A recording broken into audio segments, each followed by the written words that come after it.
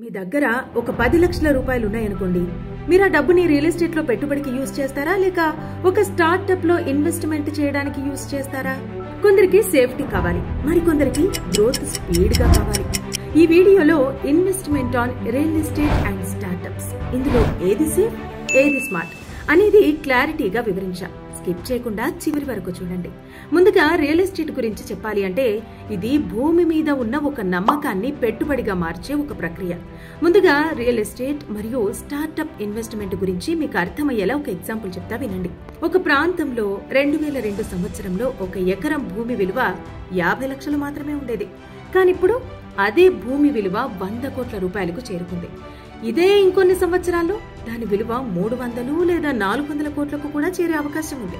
But it's not going to become 10,000 crore. Real estate ensures stability, but the returns are slow. It's safe but not scalable. అదే మరి startups లో investment గురించి చెప్పాలి అంటే, ఇది risky but limitless అనే చెప్పొచ్చు. ఇండియా ప్రపంచంలో 3వ స్థానంలో ఉంది in terms of number of startups.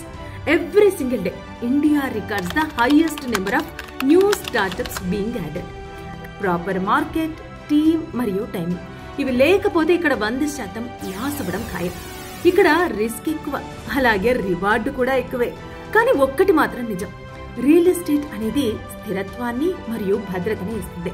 అలాగే స్టార్ట్అప్ అనేది వేగంగా అభివృద్ధి చెందే మార్గాన్ని చూపిస్తుంది. కాబట్టి ఏది కావాలో మీరే డిసైడ్ చేసుకోండి. Because A wise decision today can build a secure tomorrow. So డబ్బు పోతుంది, వస్తుంది, కానీ సరైన నిర్ణయం మీ జీవితాన్ని మార్చేస్తుంది.